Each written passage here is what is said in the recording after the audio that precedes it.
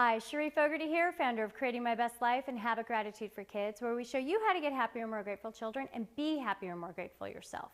And this week's tip for busy moms and dads for bringing more gratitude and happiness into your home this week is all about positive interactions and feelings. So what do I mean by that?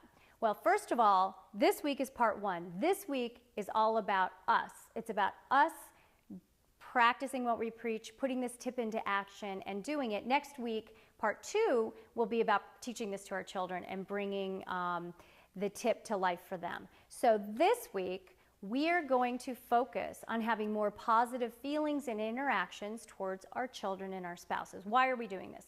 Well, a lot of research studies have shown, and many articles and experts have talked about this magic ratio, so to speak, of positive feelings and interactions we have with, in particular, our spouses, but our children as well, and people in general.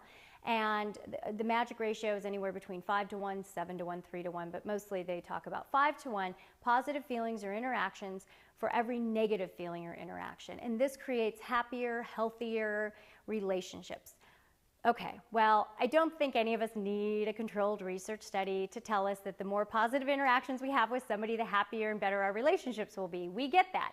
But knowing it and doing it are two different things. It's kind of common sense that if the more positive interactions you have, the happier and healthier your relationship will be, whether it's with your spouse, your children, or your friends, or your family.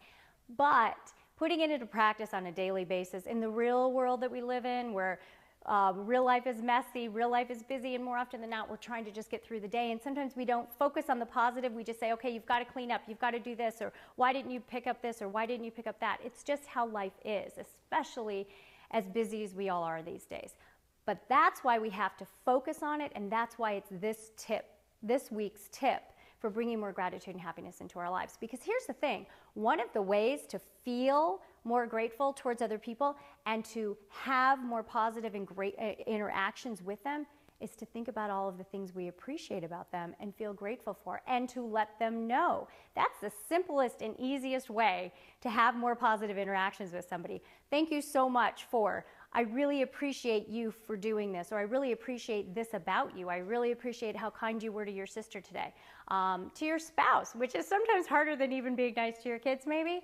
You know, we take these things for granted. I know I do, especially because I'm one of those people who just assumes, well, it's something like cleaning your room, you're supposed to do it, so why should I be grateful for that? Well, having taught gratitude for 15 years, I know I need to go out of my way to make sure that my children know that not only should they be doing it, but that I actually really do appreciate them doing it and am grateful for their help and them taking care of their things. So whether it's our spouses or our children, we want to focus on at least 2 to 3. We're not going to go with 5 or 7 to start because, listen, like any new habit, we want to be successful. And when we're just starting out, 1, 2, 3 or more. If we can do 3, 1, 2, 3, count them on your fingers, positive interactions before we know we're going to ask them to do something, even though it's not a negative thing, our kids may view us asking to do it as negative, that will really go a long way to improving your relationship, not only with your children, but with your spouse. So positive feelings, interactions, we talked about gratitude, appreciation, that's the number one easiest way, and because our focus is on gratitude and happiness, that's an easy way to do it. And we've been working on gratitude, so there are a lot of things hopefully you're already doing to have those positive interactions. Another simple and easy way is to just compliment someone, compliment them on something. And that's a great way to have a positive interaction. Super simple. And another really easy and often overlooked way is to just be present, to really listen to them. When your kids want to talk to you or your spouse wants to talk to you, to not be distracted by the phone or the TV or cooking dinner or whatever, to stop what you're doing, really listen to them so they know you and hear them, not just wait to respond. That's another great way to have a positive interaction with them.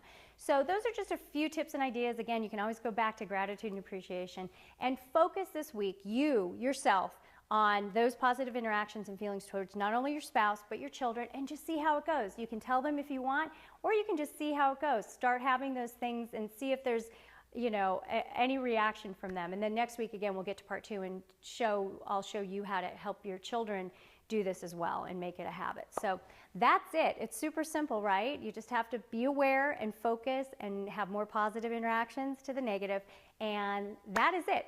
But remember, knowing it and doing it are two different things. You have to actually do this. You have to have the positive interactions and feelings to get the benefit of it. And I hope that you'll do this week. And now it's your turn. I would love to hear from you in the comments below after you've done this for a few days. Come back and let me know how you feel, how you think your spouse and children feel. Maybe they're a little suspicious because they haven't heard a lot of positivity recently, but let me know how it's going and what you think of this tip.